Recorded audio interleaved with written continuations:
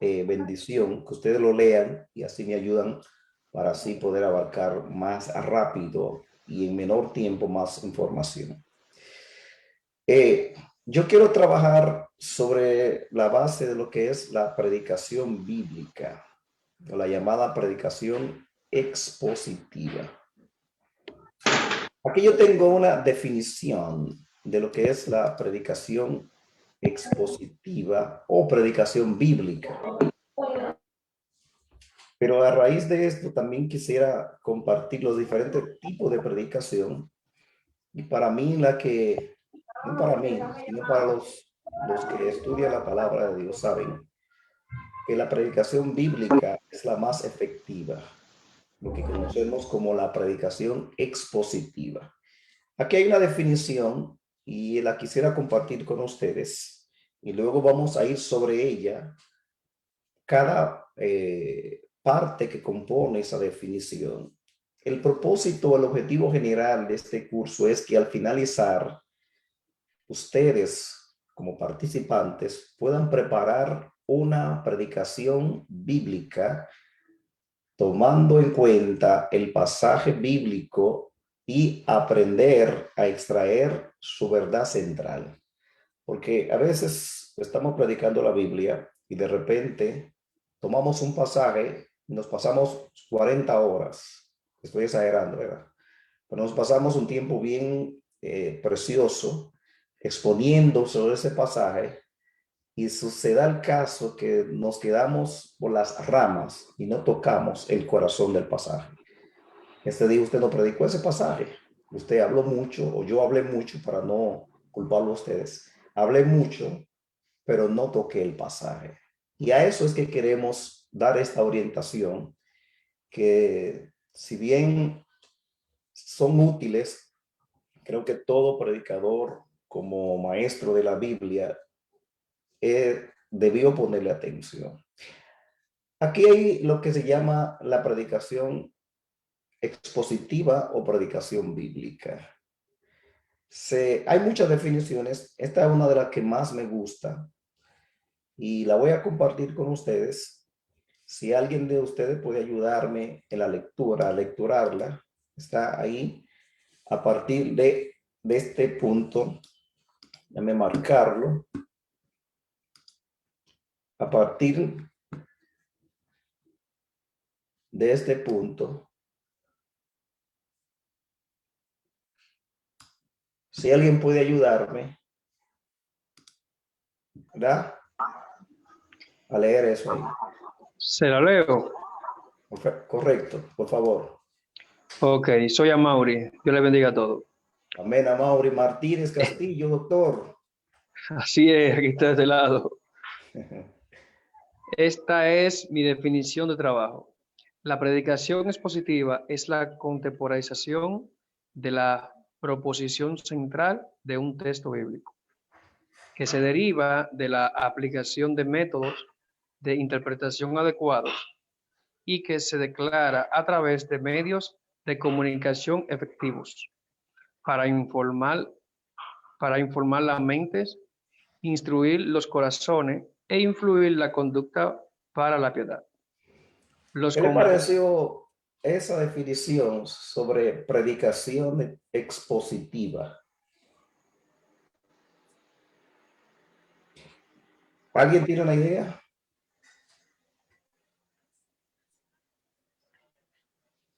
Ahí lo que está, yo entiendo que está diciendo, la palabra clave es la contemporalización, que habrá que buscar la definición de esa palabra, donde ahí no podemos proporcionar la parte central de un texto bíblico, es decir, el corazón, como decía Rubén ahorita, la raíz de lo que quiere decir el texto bíblico y llevarlo a un escenario donde se entienda lo que quiere decir en sí, el texto bíblico.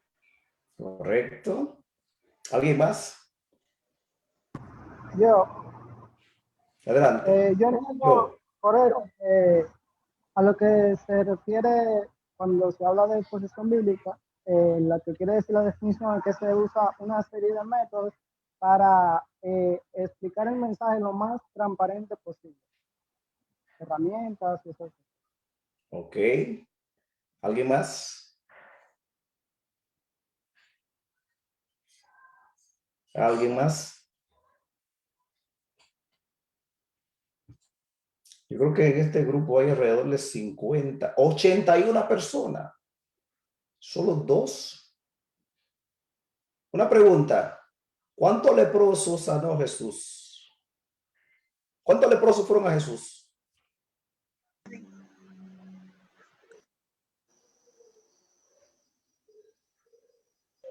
Están como asustados, varón, I think so. ¿Cuántos leprosos fueron a Jesús? 11. 10. Oh, 10. Ganó 10 y uno le agradeció. ¿Cuántos volvieron a agradecerle? 1. 1. Seguro.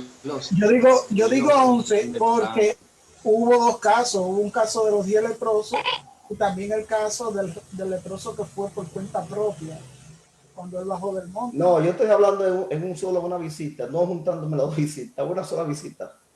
Fueron 10, ¿verdad? ¿Cuántos volvieron a Jesús a darle gracias? 1.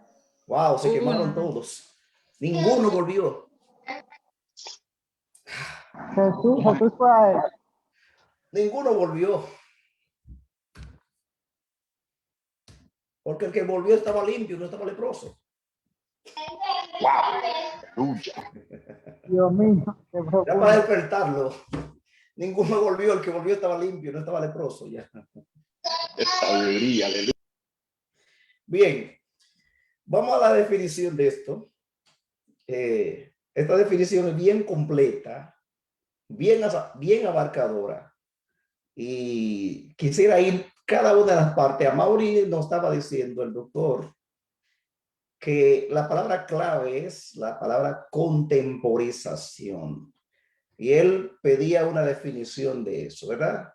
Es la contemporización de la proposición central de un texto bíblico que se deriva de la aplicación de métodos de interpretación adecuados y que se declara a través de medios de comunicación efectivos para informar las mentes, instruir los corazones e influir la conducta para la piedad. Interesante. Vamos a ir parte por parte. El qué de la predicación expositiva. ¿Puedo decir algo, Rubén? Adelante. Me llama la atención la definición de contemporización y lo busqué en el diccionario y dice, acomodarse al gusto o dictamen ajeno por algún respeto o fin particular. Acomodarse al gusto o dictamen ajeno. Esa Ajá. palabra ahí, ajeno, es decir, algo que no es mío, que no lo he creado yo, pero tengo que acomodarme al gusto. No sé si ustedes cogieron el Correcto. significado que Te quisieron. capté perfectamente, doctor. Y usted está en lo correcto. Porque en pocas palabras, contemporizar, la contemporización es la idea, ahí lo dice, que es la tarea principal del expositor o del predicador expositivo. Él va a tomarlo del siglo pasado y lo hará contemporáneo. Eso es contemporizar. O sea, traer algo del pasado y adecuarlo, como decía la definición del doctor Amauris o del doctor Martínez, porque los títulos se presentan con el apellido. El doctor Castillo, perdóneme lo del doctor, porque le tengo confianza en el muchacho y lo conozco de hace mucho tiempo. De acuerdo a la definición que el doctor Castillo nos dice, y es que es algo ajeno, no es nuestro, lo vamos a adecuar al tiempo de ahora, lo vamos a traer a la actualidad. Contemporizar es hacer actual algo del pasado. Recuerden algo, hermanos, la Biblia no fue escrita directamente para nosotros. Usted diría, ¿cómo? Cuando usted abre su Biblia va a leer como título la carta primera de Pablo que aparece en la Biblia. ¿Cómo se le llama después de Hechos? Romanos, romanos. Fue a los romanos. Ahí no dice a los dominicanos. Fue a los romanos. Luego usted va a ver dos cartas que aparecen luego de Romanos. Primera y segunda de Corintios. Y usted va a ver cada una de ellas tiene un subtítulo dirigida a esa comunidad. Pero ¿qué sucede? Yo le dije, no fue escrita directamente a nosotros, pero sí aplica a nosotros. Aunque originalmente no tiene el título de nosotros, como no fue escrita directamente a nosotros, es la tarea mía como predicador, como maestro, coger esa Biblia, ese pasaje que fue escrito en un contexto totalmente diferente al nuestro y adecuarlo a la actualidad del siglo XXI en medio de esta pandemia. O sea, a eso es lo que llamamos contemporización de la proposición central de un pasaje bíblico. Lo haremos actual.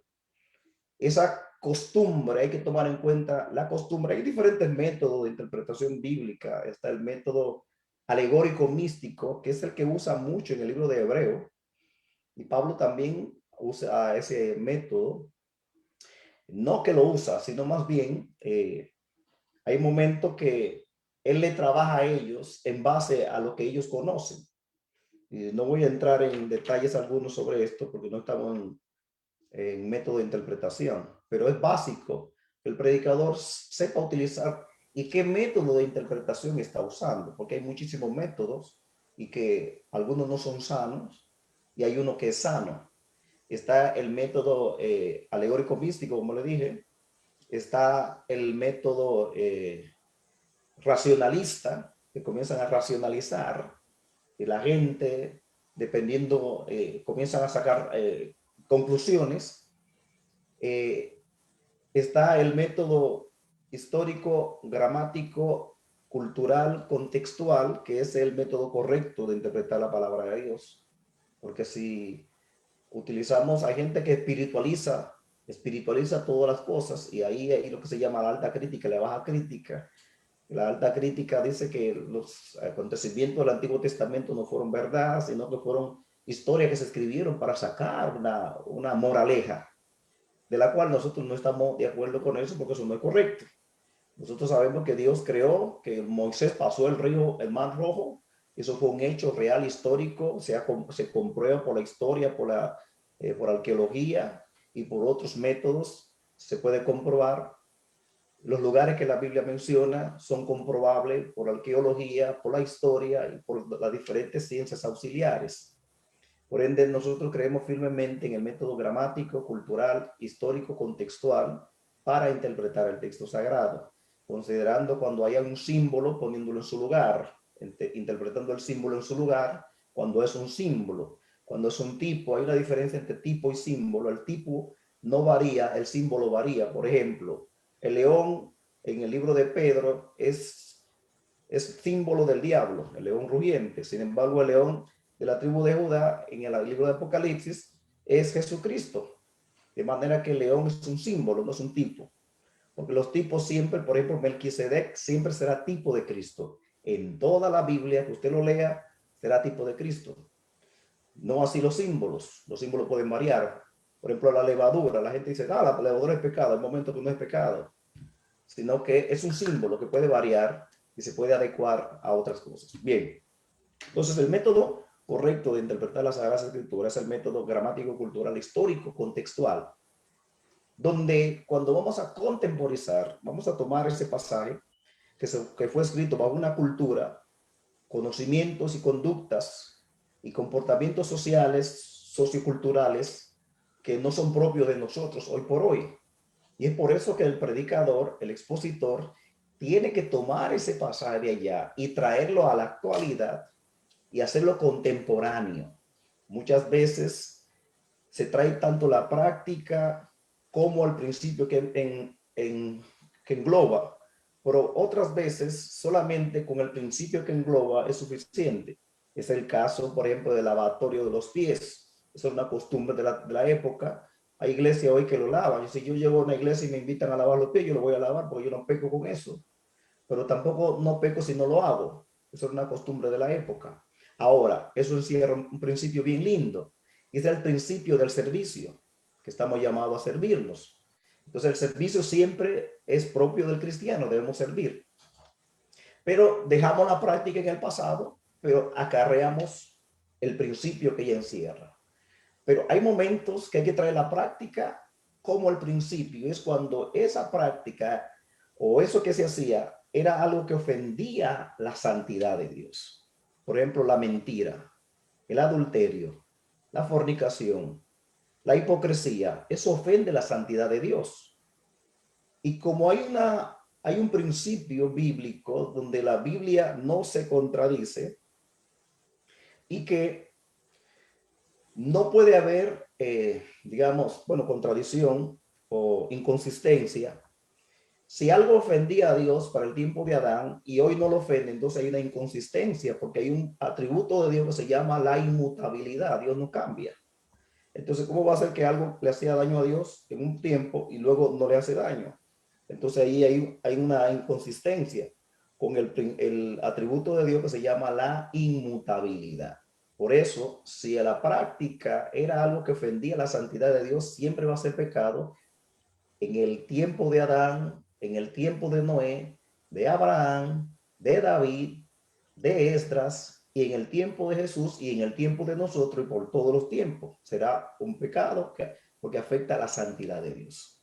Porque Dios no cambia. Entonces, a partir de ahí es que el predicador, el maestro predicador debe enfocarse cuando hace la contemporización. Contemporizar es sencillamente traer a la actualidad.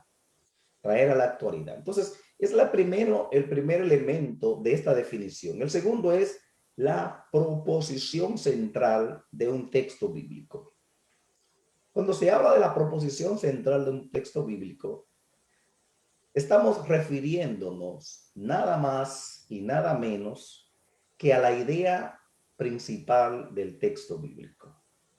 The main idea, la verdad central que en los manuales de la escuela dominical aparecía, verdad central, y que a veces solamente lo mirábamos, lo leíamos y ni caso le hacíamos a eso.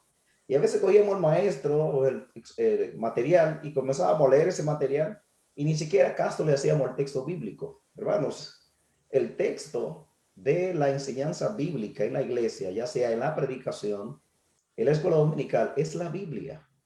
Podemos tener manuales de ayuda, pero ese manual no es el texto para enseñar. El texto para enseñar es la Biblia, es las Sagradas Escrituras. Aparecen materiales de escuela dominical que nosotros usamos, nos sirven como una guía, pero no es, y muchas veces, muchas de esas enseñanzas, esas lecciones, están totalmente divorciadas de la idea central del pasaje bíblico. Por eso yo siempre le sugiero a la gente, usted debe tomar un material de la escuela dominical, concéntrese en el pasaje bíblico. Ahora, si el que lo elaboró lo hizo inteligentemente y aplicó la regla, usted puede serle fiel y seguirlo fielmente. Pero si no, lo más sensato es usted lea el pasaje como maestro. Usted como predicador debe leer el pasaje. Mínimo, uno debe leer un pasaje 10 veces. Mínimo, para poder sacar la idea central de ese pasaje. Entonces, la proposición central, eso es, la idea central. A lo largo de la historia de la predicación expositiva y de la teoría de la comunicación, la mayor parte de los homiléticos se han convencido de que una sola proposición debe permear a todo el sermón. ¿Qué es lo que está significando eso? Si te va a predicar un pasaje bíblico, lo sensato es que esto sea un solo pasaje, no esté saltando como el canguro. Hay gente, vamos a leer aquí y nunca tocan ese pasaje, lo usan como un trampolín. Usted no predicó la Biblia, es una predicación bíblica. Y a veces lo usamos nada más. Yo no sé, pero yo estoy en desacuerdo de esa gente que van a predicar en las iglesias. Leen un pasaje y voy a dar mi testimonio. Y se tardan la noche entera. Yo lo respeto a usted si usted difiere conmigo, pero es mi posición. Se pasan la noche entera diciendo con todo lujo de detalle todo lo que hacía, lo que hizo hasta convertirse a Cristo. Y pasamos una noche entera, 2 horas y más, dando mi testimonio. y solamente usamos el pasaje bíblico como un trampolín, de la cual no es predicar la palabra de Dios. Mire, se ha demostrado que el testimonio de usted y el mío no cambia a nadie. Mi testimonio no va a cambiar a nadie. Lo que cambia el corazón del hombre es la palabra de Dios. Es la que cambia el hombre. Entonces, es más, se ha dicho que el testimonio tuyo y el mío debemos resumirlo en 5 minutos. Así de sencillo. 5 minutos. Un primer minuto para decir quién tú eras. Y lo resume con una sola palabra. Yo era un pecador perdido, apartado de Dios, alejado de Dios. Pero no me ponga a dar detalle, porque a veces esos detalles son morbosos.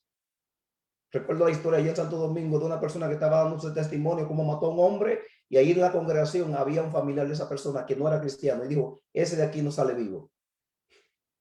Tuvieron que sacarlo por la parte de atrás, porque él no sabía quién era que mató a su familiar, y ese evangélico comenzó a dar detalles. Por eso no edifica, hermanos. 5 minutos, uno para decir quién tú eras, y es más, 30 segundos. Yo era un pecador perdido, alejado de Dios. Otro minuto para decir cómo llegó la palabra de Dios a tu vida y a través de quién. Segundo, tercer minuto. Y los otros 2 minutos para decir lo que Cristo ha hecho en tu vida. El mayor tiempo es para dedicarle a decir lo que Cristo ha hecho en mi vida. Voy a hablar de lo que soy ahora, no de lo que era antes. Porque las cosas, Dios toma nuestros pecados y lo lanza a lo más profundo del mar para ni acordarse de ellos. Ahora, ¿por qué yo tengo que estar reviviéndolo? Dejemos hoy en el pasado. De manera que, claro está, no estoy diciendo que se disasociarlo de su pasado. Lo que estoy significando es que no traiga ese pasado como recordándolo tanto, como que de repente me da la impresión que a ustedes les gustaría volver a eso.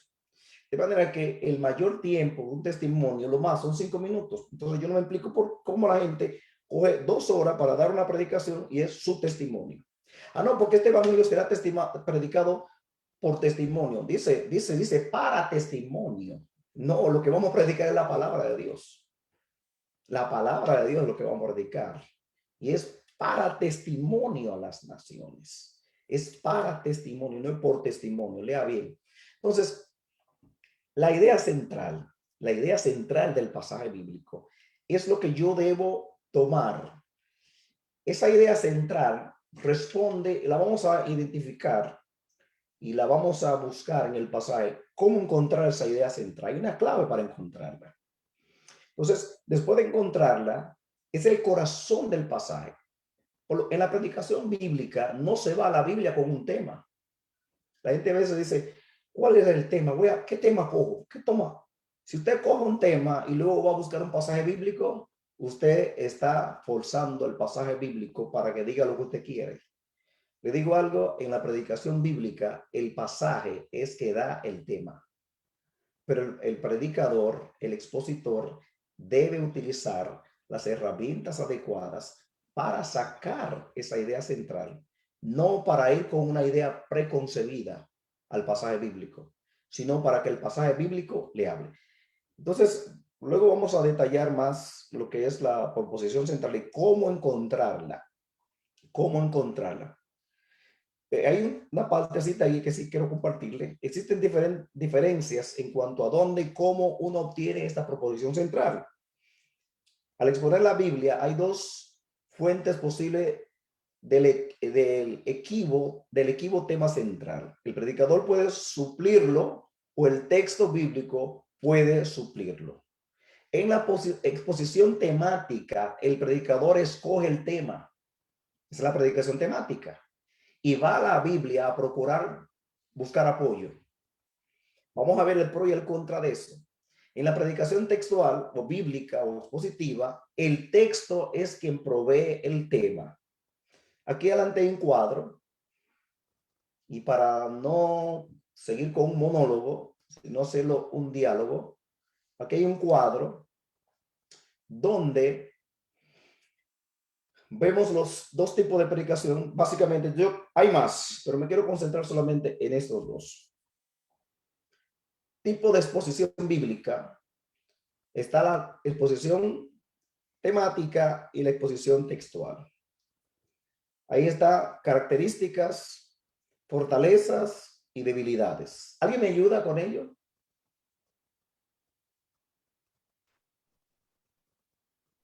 ¿Alguien me dice? Amén. Exposición temática.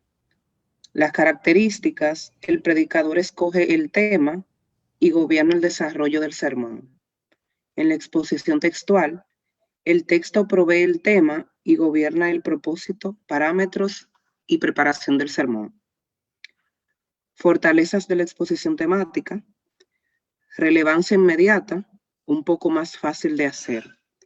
Fortalezas de la exposición textual: relevancia a largo plazo, requiere disciplina de parte del predicador.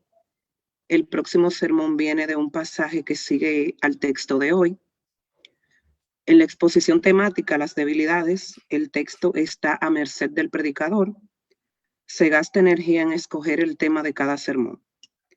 Y las debilidades en la exposición textual: el predicador está a merced del texto, requiere disciplina de parte del predicador.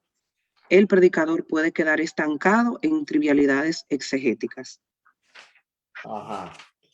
Que en parte yo no le llamaría a eso quizás debilidades, sino se requiere de más tiempo y más técnica, pericia en cuanto a la preparación. Es tiempo, consume tiempo. Una predicación bíblica, los expertos dicen que una gente que está iniciando como nosotros requiere por lo menos 15 horas o de 15 a 20 horas para preparar una predicación textual o expositiva. Figúrese que a veces llegamos a la iglesia y algunas iglesias tienen la norma de ni siquiera anunciar quién va a predicar. Y a la hora de el mensaje, vamos a escuchar el mensajero de la noche. Tenemos ahora en esta noche con el mensaje al hermano Fernando Vázquez. Tremendo. Y no se le anunció al hermano, solamente ahí lo agarró, porque hay que estar preparado. La Biblia dice que hay que estar preparado. No saquemos el texto de contexto para apoyar ciertos desórdenes, hermanos. Por eso es saludable que a una persona se le diga con tiempo para que se prepare, para que pueda sacar la realidad del pasaje y no irse por las ramitas, sino ir al corazón de lo que se quiere tratar. Entonces ahí está el pro y el contra de la predicación textual versus la predicación temática. En la temática el predicador gobierna, dice, ok, voy a preparar un tema sobre lo que está pasando ahora, y coge cualquier pasaje bíblico, lo saca de su contexto, pero lo quiere adecuar para la situación. Hermano, pero usted dijo que se contemporizar. Oye, contemporizar es una cosa y tomar un versículo para enfocarlo en un punto que yo quiera es otra cosa muy diferente. Muy diferente.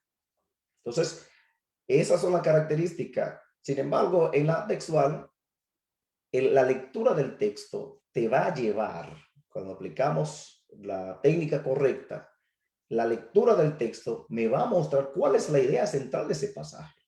Y a raíz de esa idea central, yo voy a sacar el tema, yo voy a sacar el propósito, yo voy a sacar la introducción, porque la introducción y la conclusión es la cara, la diferente cara de la misma moneda, pero presentada de una forma diferente, con palabras diferentes, pero en términos es lo mismo.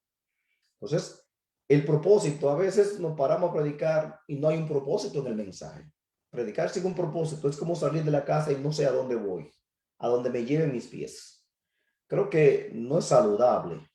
Y es mi recomendación que cuando usted vaya a predicar, tengan, número uno, un tema y un propósito. Pero recuerde, ese tema, si es una predicación bíblica, ese tema y ese propósito no sale de forma antojadiza ni medalaganariamente. Ese tema, ese propósito sale de la idea central del pasaje, que a raíz de esa idea central la voy a convertir en mi propósito y de ella misma voy a sacar el tema.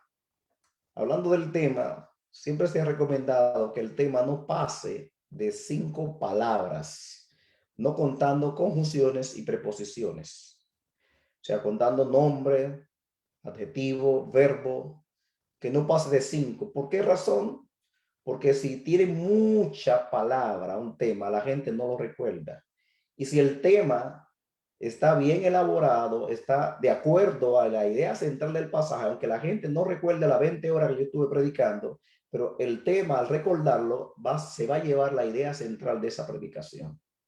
Por eso se requiere de tiempo de calidad para trabajar el pasaje, a fin de que usted saque la idea central, que aunque usted solamente predique 5 minutos, claro, una predicación expositiva 5 minutos no es suficiente, pero anyway, de manera que si son los 5 minutos, usted pueda dejarle en el corazón del público la idea central de ese pasaje, la enseñanza principal de ese pasaje.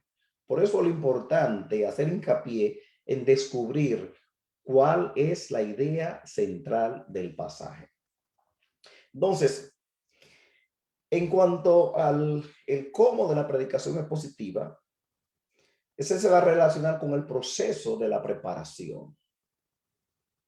Por eso la predicación expositiva es la contemporización de la proposición central de un texto bíblico que se deriva de la aplicación de métodos de interpretación adecuados, que se declara a través de medios de comunicación efectivos para 3 propósitos. Dice, para informar a la mente, el intelecto.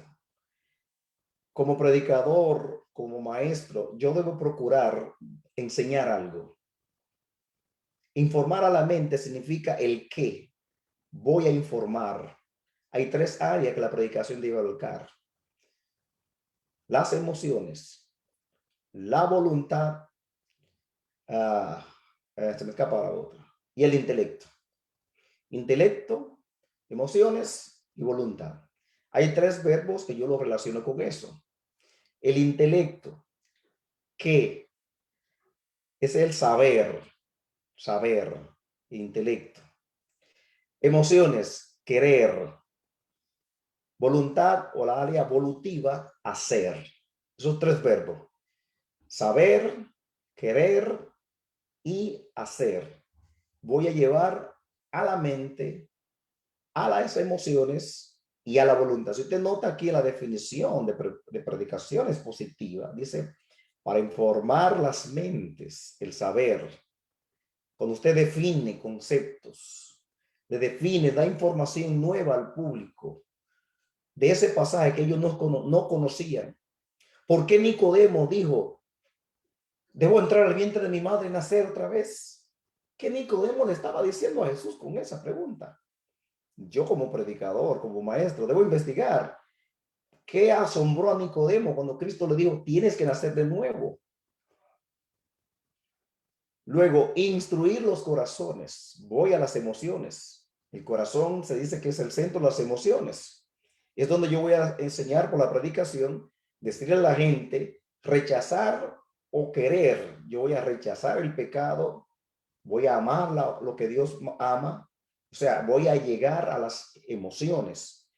Y luego dice, influir a la conducta para una vida de piedad. Yo le anexo esto aquí. Para la piedad es el andar, es el hacer, esa conducta, ese modus vivendus, ese comportamiento. Es cuando yo lo asocio con el tercer verbo, que es hacer.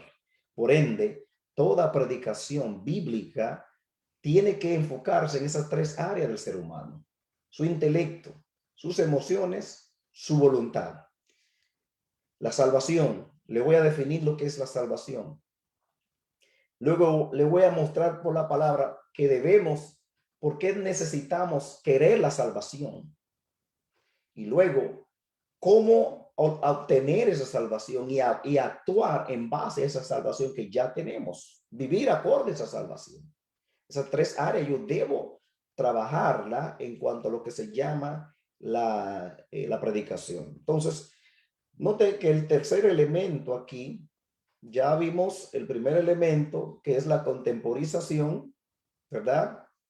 Anteriormente. La segundo, la proposición central. Y ahora tenemos que se deriva de la aplicación de método de interpretación adecuado. Y es la palabra interpretación, ¿verdad? La interpretación. el criterio principal para un método de interpretación adecuado es que haya una conexión confiable entre la comprensión del autor y la audiencia originales sobre un texto dado y nuestra interpretación. Por eso, cuando uno estudia la Biblia, es saludable conocer el método que usó el escritor. Por ejemplo, hay pasajes que se tornan, que a veces uno lo usa con cierta reserva, porque dentro de nosotros estamos formateados con una información y cualquier cosa que dicen ya, una herejía, vamos a bloquearlo, vamos a subirle los vidrios, como dicen ustedes allá. Vamos a bloquear a fulano, ya se apartó de la fe. Porque sencillamente estamos formateados con algunas informaciones que ni siquiera la investigamos. Si usted mira primera de Juan, capítulo 4, versículo 1, Juan da un consejo ahí. Lo primero que Juan dice, que no creamos. No creamos. O sea, cuando viene una información nueva, lo primero que Juan me llama es a no creer a todo espíritu. Y después él me manda a examinarlo. Y después yo tomo la determinación. ¿Por qué razón? Porque cuando usted cree algo sin antes examinarlo, usted lo que va a hacer es defenderlo. No va a rechazar, sino que lo va a defender. Por eso, cualquier cosa que usted oye, lo primero es, no voy a decir, a comenzar a reproducir esto sin antes examinarlo. ¿Será cierto lo que Esteban está diciendo es correcto? Déjame examinar. Pero a veces de una vez, como decimos en Santo Domingo, de cuajo, lo cortamos y dices, no, yo no le creo a fulano. Sin antes examinar las evidencias.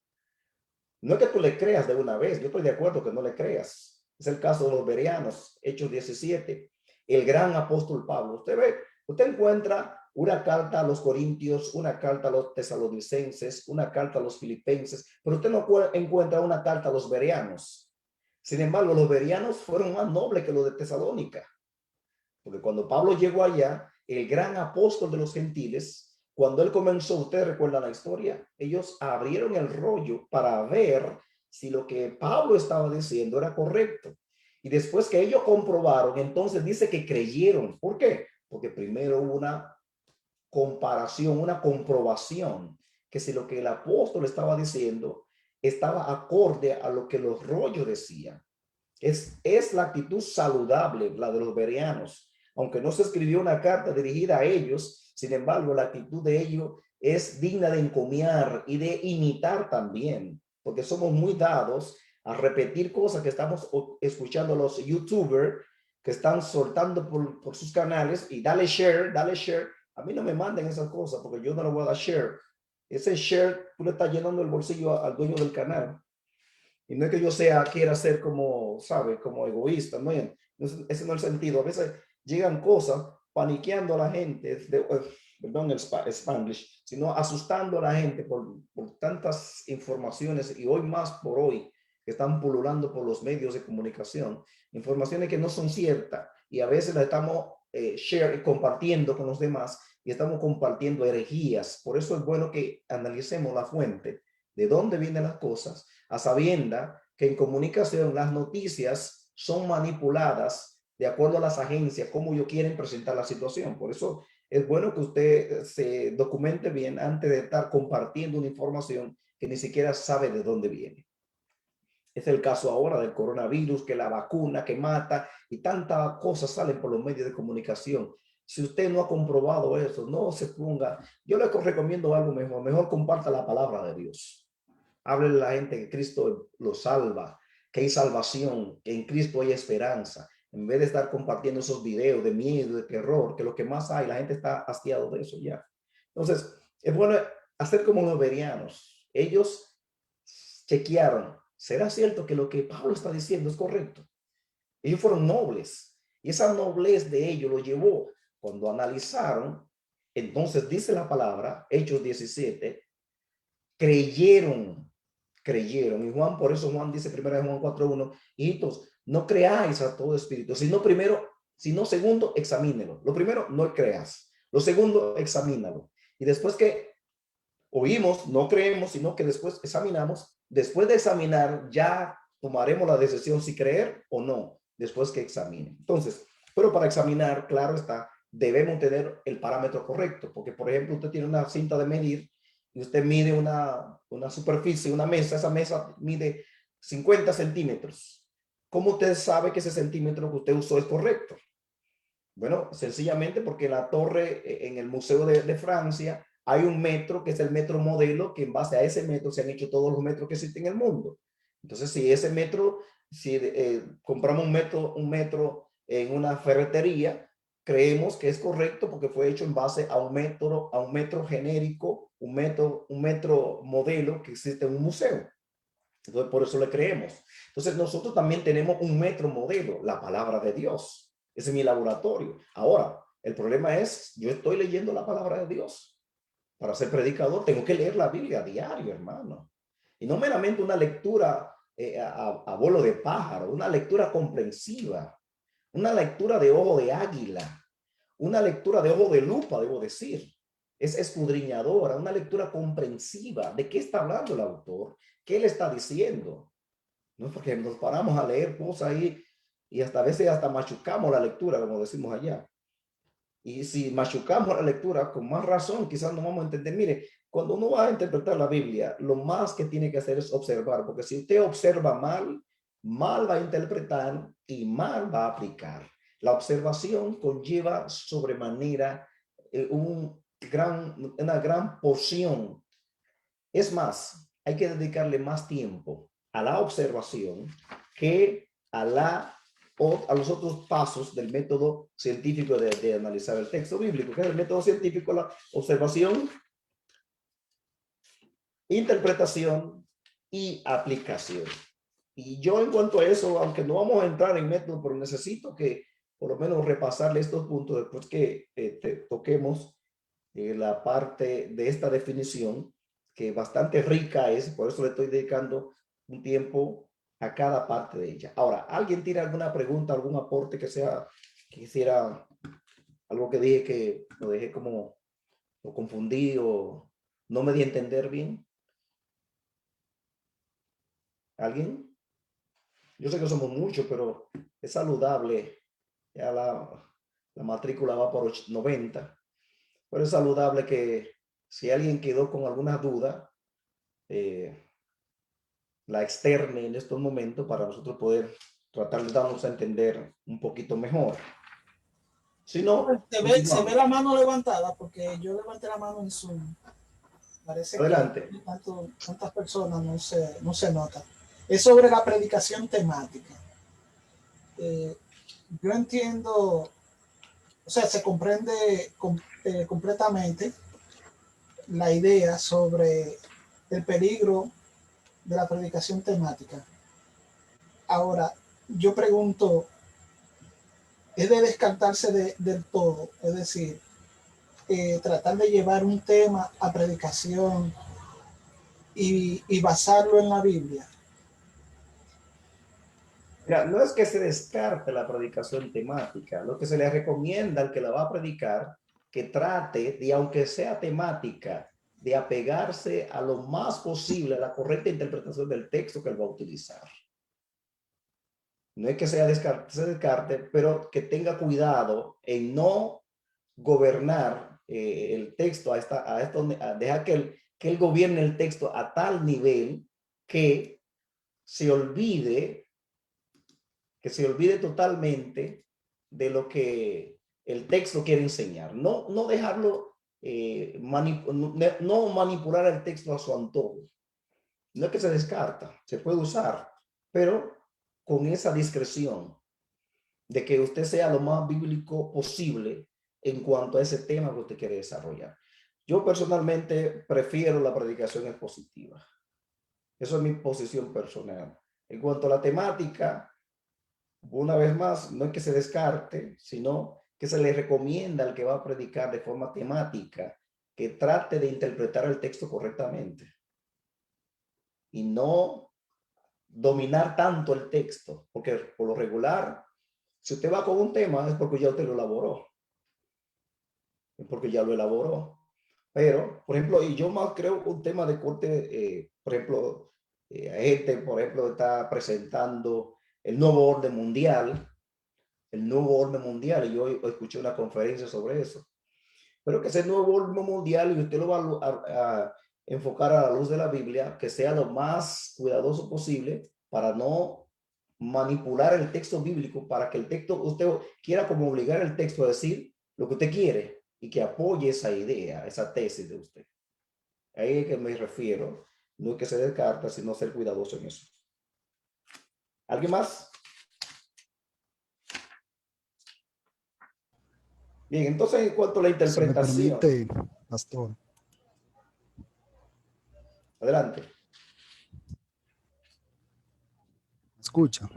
Sí, lo escucho. Adelante, mi hermano. Sí, lo que pasa es que yo pienso que muchos predicadores, sí, pienso que muchos predicadores en gran número realmente no estudian y no escudriñan lo suficiente. Entonces, a la hora de predicar y de poner un tema de predicación, eligen el texto que primero encuentran por la falta de escudriñar, como usted había dicho, y eso es algo muy fundamental en un predicador. Y pienso que para cada tema puede haber un texto que vaya realmente con ese tema sin necesidad de forzar. Pero por la falta de estudio y la falta de escudriñar, pienso que muchos predicadores agarran el texto que primero le aparece y entonces lo forzan a que digan lo que ellos quieren decir. Y pienso que hay que tener mucho cuidado con eso, porque eso sería manipular la palabra e interpretar la palabra a conveniencia de uno. Correctamente, creemos firmemente eso. Y es lo que decíamos anteriormente, tener cuidado de no querer manipular el texto a lo que diga lo que yo quiero decir. Bien, entonces, cuando hablamos de la interpretación, ahí tenemos que utilizar criterios y método adecuado. Hay diferentes métodos, como les decía anteriormente, métodos que realmente la gente abusa y lleva y quiere llevar cosas y salirnos con unas ideas bien descabelladas a veces. Y nos enfocamos y a veces tenemos unas locas pasiones y que hay que tener cuidado con eso. Y que con un pasaje y comienza, por ejemplo, yo escuché a una persona que predicaba sobre la mujer del flujo de sangre. Y él decía que esa mujer es la iglesia y que la iglesia está sangrando. Y yo digo, wow, ¿de dónde se sacó esa idea? Que la mujer del flujo de sangre es la iglesia y que tiene dos, y comenzó cada detalle con eso, a sacar una aplicación.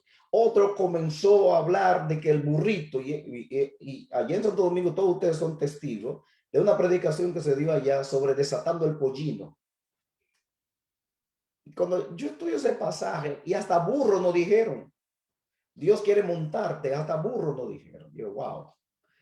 Fíjense que ese pasaje sencillamente está ahí para mostrar el cumplimiento profético que Miqueas dijo, que Jesús iba a entrar.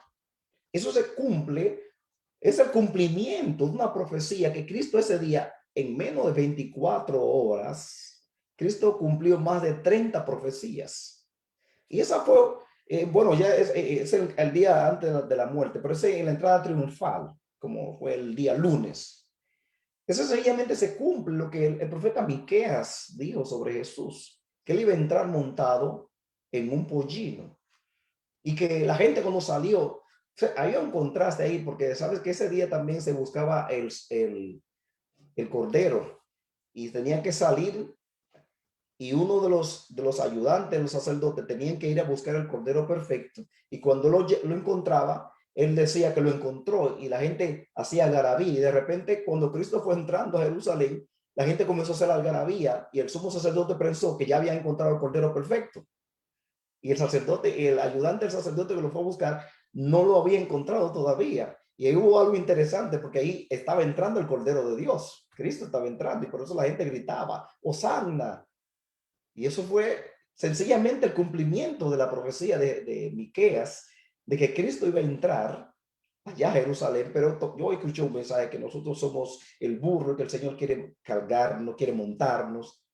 Wow. ¿Cómo tomamos pasajes bíblicos para manipular y sostener? Para mí es una tesis, porque ni siquiera puede llegar a teoría, es una tesis. Entonces, por eso en la predicación temática hay que tener el cuidado, no descartarla, pero tenerle cuidado cuando usted va a hacer temática, pero que vaya acorde, se apegue más a la correcta interpretación del pasaje que usted va a escuchar, que usted va a utilizar.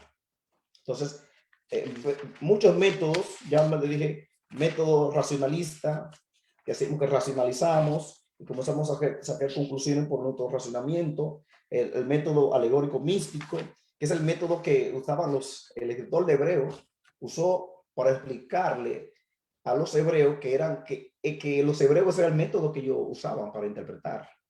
Y el escritor de Hebreos no es que usó ese, sino que le trabajó en base a lo que ellos conocían. Por ejemplo, ella le dice, es un método, digamos, elíptico, una elipse. Él le dijo, bueno, si A es mayor que B y B es mayor que C, por ende A es mayor que C, que B o que C. Una elipse. Fue cuando le dijo, quiso demostrarle que Cristo era superior a los ángeles. Quiso mostrarle que Cristo como hombre era superior y le mostró ahí usando que él se hizo menor que los ángeles, ¿verdad? Se hace mejor que los ángeles y con ese método elíptico le demuestra a ellos que el hombre es superior al ángel. Y te diría, ¿qué está diciendo el hermano? Y le dice, ¿a cuál de los ángeles le dijo Dios jamás, mi hijo eres tú? Y por eso le digo que Cristo por un poco de tiempo se hizo menor a los ángeles, la palabra griega brajú, que significa menor por un poco de tiempo, pero que a ningún ángel el Señor lo hizo la imagen y a semejanza de él. Dios no lo hizo, sino al hombre. Pero que el hombre en su estado pecaminoso ha perdido su prerrogativa, pero que un día él va a restaurar esas cosas. Y el escritor de Hebreo le mostró a través de lo que ellos creían que Cristo era superior a los ángeles, superior a Moisés, superior al sistema levítico de sacerdocio. La superioridad de Cristo presenta el escritor de Hebreo. Por eso, y es saludable que cuando usted va a predicar de un libro, lo vea de forma conjunta, una idea de águila, una idea panorámica. ¿Cuál es la idea central del libro completo? Es más, ¿cuál es la idea central de la Biblia entera? Y ustedes que han ido a institutos bíblicos saben que la idea central de la Biblia entera es la redención del hombre por un redentor divinamente seleccionado. Ese es el tema que corta la Biblia desde Génesis hasta Apocalipsis. Desde Génesis hasta Malaquía, esa redención estaba prometida. En los evangelios, esa redención se manifiesta. En el libro de los Hechos, esa redención se expande. En las cartas, esa redención se explica. Y en Apocalipsis, esa redención es la consumación de esa redención. O sea, en pocas palabras, ahí anduvimos la Biblia entera. Alguien dijo que por donde quiera que tú cortas la Biblia, bota sangre. Porque toda la Biblia habla de la obra de Cristo, la redención de la humanidad. Entonces, tomando eso en consideración, tengo que conocer cuál es la idea central de cada libro. Y esa predicación que yo voy a dar de ese libro, debo considerar cuál es la idea central de ese libro. Por ejemplo, si usted se va al Evangelio de Juan, el capítulo 20, versículos 29 y 30, ahí le da el propósito general del libro de Juan. Porque estas cosas se han escrito para que creyese que Jesús es el Cristo y creyendo en él tengáis vida eterna. Y por eso te ve que Juan habla tanto de la vida eterna. Juan, el evangelio de Juan, un evangelio cristológico, donde muestra la divinidad de Jesús. Cuando el pensamiento griego decía que Cristo es logos, es un Dios inferior. Juan de un plumazo le demuestra en el 1:1 la existencia eterna del logo. En el principio era el verbo y el verbo era con Dios y el verbo estaba con Dios. De un plumazo, Juan tira por el suelo el pensamiento griego, que es lo que los testigos de Jehová han arropado, pero cuando usted vea Apocalipsis capítulo 1, versículo 18, dice Cristo que él es el primero y el último. Y cuando usted va a Isaías, ve que Cristo, el Dios dice, Yahweh, yo soy el primero y el último. Entonces, ahí no hay tutía de que Cristo es Dios. Entonces, Juan demuestra de un plumazo la existencia eterna de Logos. Por eso hay que conocer la idea central de cada pasaje de la Biblia o cada libro de la Biblia, para entonces a partir de ahí ese mensaje que voy a dar, no puedo sacar de mente, no puedo disasociarlo con la idea central del pasaje o del libro entero. Entonces, cuando yo voy en mente, por lo regular, las Biblias de estudio ayudan bastante, que le dice el propósito de cada libro de la Biblia. Entonces, cuando usted va a predicar en el libro de Génesis, es bueno que usted sepa cuál fue el propósito del libro de Génesis, para que esa porción que usted va a sacar del libro de Génesis vaya en consonancia con el propósito general del libro de Génesis y no lo desasocie del pasaje para sencillamente satisfacer capricho. Mira, hermanos, en las iglesias evangélicas, a veces pentecostés, somos muy manipuladores en los mensajes. Y a veces tomamos una historia del Antiguo Testamento y comenzamos a sacarle principios de los cuales no hay principio. Es lo que le llaman la principialización. De todo queremos sacar un principio, y cuando la gente se va lleno de euforia, se llena de la adrenalina, porque a veces ni siquiera es Espíritu Santo, me perdonan, no me miren como un escéptico. Yo creo en la manifestación gloriosa del Espíritu Santo, sanando, creo en el hablar en lengua, creo en los dones espirituales que están vigentes en la actualidad, que Dios está obrando a través de ellos, pero no creo en el emocionalismo que existe dentro de nosotros. Yo no voy a hablar de otro grupo, yo voy a hablar del grupo donde yo estoy. Dentro de nosotros hay mucho emocionalismo y eso es fruto de la mala predicación. Yo quiero enseñar, de repente como que déjame seguir pausado y enseñar. Pero dentro de nuestro círculo hay mucha manipulación. Usted sabe que la manipulación es de origen satánico. La manipulación es: haz eso a favor mío. Eso no es influir. Influir es: vamos a hacer a favor de nosotros. Pero la manipulación es: hagan a favor mío. Y yo estoy sentado aquí esperando que ustedes hagan.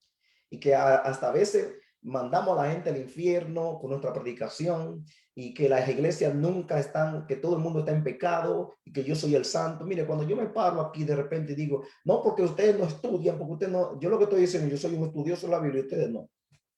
Eso no es correcto, hermanos. Eso no es correcto.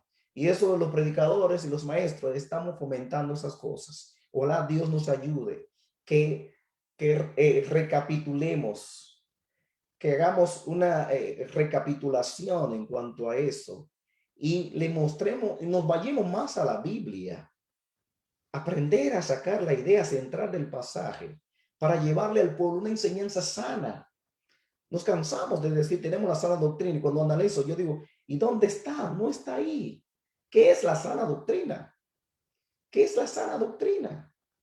Porque a veces creemos que sana doctrina es no cortarse cabello, es tener ropa larga, no ceñir el cuerpo, no pintarse las uñas, no cortarse la ceja. Para eso es sana doctrina para muchos evangélicos pentecostés. No estoy diciendo con eso, hermano, no me malinterprete. Ya ahí hay aproximadamente vemos 99 en este grupo, 100, llegó a 100, y de seguro por Facebook hay un grupo. No me malinterprete que Esteban Green, digo mi nombre y apellido, está diciendo que se debe hacer. No estoy diciendo eso.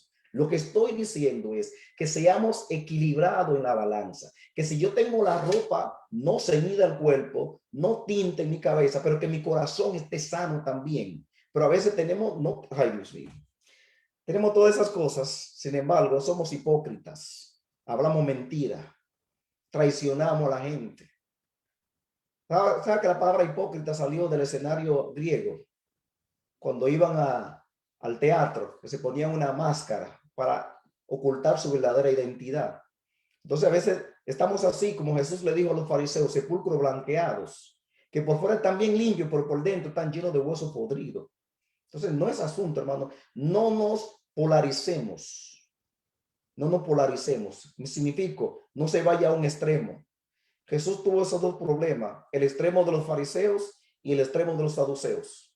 Y esos dos extremos, que aunque los mismos extremos estaban en contra, se juntaron para matar a Cristo. Cristo siempre andaba por el centro, no extremos. Eso es peligroso. Entonces, el predicador debe chequear ese pasaje, por ejemplo, los pasajes del Antiguo Testamento, las historias bíblicas. que son más fáciles de predicar, porque ahí solamente lo que hacemos es repetirla y hacemos un mensaje largo. Y yo me pregunto, ¿cuál es la idea central que quiere presentar ahí? ¿Qué el escritor está mostrando ahí? Las historias bíblicas por lo regular no enseñan doctrina. Las historias bíblicas están mostrando lo que Dios hizo en un momento determinado. Pero esa doctrina, quizás si hay un punto que tiene que ver con doctrina, no está desarrollado ahí. ¿Qué debo yo hacer? Ir al libro de la Biblia que desarrolle esa doctrina. Por ejemplo, el pecado de David cuando adultera. Yo no puedo usar ese pasaje para predicar sobre el adulterio, porque ese pasaje no me está enseñando sobre el adulterio. Ese pasaje me está enseñando la consecuencia de eso. Ahora, ¿dónde yo debo ir para hablar sobre el adulterio? Bueno, Éxodo capítulo 20, lo que Jesús enseñó en Mateo 5, Mateo 19, lo que Pablo escribió, habló en Romanos capítulo 7, lo que Pablo escribió a los Corintios. Ahí que yo debo buscar para poder explicar lo que es el adulterio. Pero en el caso de David, yo no puedo usar ese pasaje para dar un mensaje sobre el adulterio, porque ese pasaje no está enseñando sobre eso. Es lo que está, Natán sencillamente está diciendo, y el escritor, en este caso, posiblemente fue Jeremías, quizás Jeremías, o uno de ellos, escribe este libro y está solamente redactando. Es como si yo te dijera, tú eres cocinero. ¿Cómo se hace un chofán? Sencillamente te pregunté, tú me vas a dar la pauta, tú me vas a decir cómo se hace. Ahora, si yo te digo que dé una corrección, ya eso es diferente. Las historias bíblicas solamente están diciendo lo que pasó, están narrando, por eso se le llama la narrativa hebrea, solamente narra. Yo no puedo sacar un principio de ahí. Lo que yo debo sacar de ahí es qué Dios hizo en ese pasaje. Cómo estaba la conducta del pueblo y cuál fue, por ejemplo, por eso la historia de Israel es para que nosotros cuando leamos esas historias es en este tiempo recordar que ese Dios que obró sigue obrando hoy. Y si abrió el mar rojo, él puede seguir obrando, pero no me venga a traer que él va a abrir otro mar rojo, porque el mar rojo ya lo abrió. Ya el mar rojo lo abrió. Entonces, eso me va a mí a recordar, Dios obró, y así como él obró, él puede seguir obrando, porque Dios no cambia. Dentro de los atributos de él, habla de la inmutabilidad de él no cambia. Así que eso puede servirme a mí como una promesa y afianzar mi fe en el Señor, que así como él obró en otro tiempo, va a seguir obrando en mis tiempos. Entonces, en la interpretación, tengamos cuidado con la alegorización. La alegoría y con las parábolas, que son bien peligrosas, que a veces queremos sacarle detalles a todo lo que dice la parábola. No, cuidado con eso. La parábola, lo primero que usted tiene que ver, ¿por qué se dijo? ¿Cuál es el personaje? ¿De quién es que más se habla ahí? ¿Y cuál es la conclusión? Si usted se va a interpretar cada detalle de una parábola, terminará mal interpretándola. Hay bastantes informaciones, libros que se han escrito que son ayudas buenas para cómo interpretar una parábola. No todos los detalles de una parábola se interpretan, solamente lo que trae el por qué se dijo. Y usted va a ver que siempre había una razón por la cual Cristo decía esa parábola. La parábola no traen doctrina, lo que hacen que aclaran una doctrina. Ilustran más bien, porque parábola está compuesta de una palabra griega, para significa al lado de, volar. O sea, al lado de una comparación, al lado de una comparación. Está comparando dos cosas, poniéndola al lado. Entonces, la interpretación hay que tener cuidado con eso, el método alegórico, coger el pasaje de Sansón y cada detalle de Sansón querer asociarlo con algo de la juventud. Porque Sansón fue un carnal en la juventud y comenzamos, oiga, no se ponga a criticar el esclavo ajeno, porque Dios usó a Sansón como él era. Ahora, ¿tengo yo que ser como Sansón? No, yo tengo que ser como yo. La conducta de Sansón, yo no me pongo a criticarla. Dios, como él era, lo usó. El escritor sencillamente está diciendo lo que hizo Sansón. El escritor no está ni aprobando ni desaprobando, solamente como la cámara. ¿Cómo te vio la cámara? La cámara no va a alterar, sino lo que ella vio. y hay que tomar cuidado eso, cierta porción de las Sagradas Escrituras, que es como una cámara que está diciendo lo que hay. No me está diciendo que ni está bueno ni malo, nada me está diciendo qué es lo que hay. Ahora, hay porción de las Escrituras, como las enseñanzas de Jesús, las cartas paulinas, todas las 21 cartas del Nuevo Testamento, ahí ya usted sabe que eso es la parte de enseñanza y de conducta para el cristiano, y hay que seguirlo. Y aún así, aún es la porción que es normativa, pero que hay que entender que hay cosas que son normativas, que son normales, pero que no son normativas. Me explico, normales, pero no son normativas. Los discípulos todos los primeros días de la semana celebraban la Santa Cena. Era normal en ellos, pero eso no era normativo, porque nosotros celebramos la Santa Cena una vez al mes. Si eso fuera lo normativo, debíamos celebrar la Santa Cena todos los domingos. Eso era normal en ellos, pero no era normativo. En otras palabras, no era una regla. Hoy nosotros solamente la celebramos una vez al mes. Hay iglesias que la celebran todos los días, todas las semanas. Perfecto. Lo importante de eso es que se celebraba en recordación de lo que Cristo enseñó, ¿verdad? Entonces, el aspecto de la parte doctrinal, las cartas, eso nos enseña la norma y la conducta que nosotros como cristianos debemos seguir, las enseñanzas de Jesús, los escritos paulinos y de las cartas generales. Pero ya en el Antiguo Testamento, ahí está la cámara mirando qué pasó, narrando lo que pasó. Los profetas se consideran los predicadores de Israel, lo que cuando Israel se apartaba de la ley, aparecía un profeta para hacerle recordar a ellos la ley. Ahí hay mensajes también que podemos sacar, pero tomando en consideración el contexto donde sucedió el mensaje. El contexto donde sucedió el mensaje. Hay un pasaje muy socorrido que se ha usado mucho porque Jeremías trae, porque esos son los planes que tengo para ti y pero a veces nosotros disasociamos ese pasaje de la realidad de su contexto. Ya se estaba hablando con Israel. Hermano, entonces yo no lo puedo aplicar para ahora. Bueno, no estoy diciendo que no lo aplique, pero sea cuidadoso tomando en consideración el contexto del pasaje. Un texto sin su contexto se convierte en un pretexto. Y es por esa razón que hay tantas informaciones desasociadas de la realidad del contexto del pasaje la cual estamos estudiando. El método alegórico es agarrar historia y sacar conclusiones de las cuales solamente alimentamos la adrenalina de la gente, y después que sale de ahí, del culto, sigue siendo el mismo deprimido. Y lo que yo me pregunto a veces, evangélicos recibiendo el Espíritu Santo, hablando lengua, y cuando salen del culto están deprimidos, están ansiosos, están estresados, y yo digo, ¿y qué pasó? Si el Espíritu Santo vino sobre ti, algo tuvo que cambiar en tu vida. Por eso, hermanos, aprendamos a mirar bien dónde hay emociones pura humana y cuando es Espíritu Santo genuino.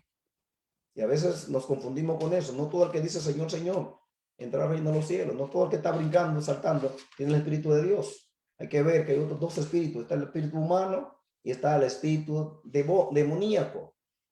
Y analizar cuál de los tres es.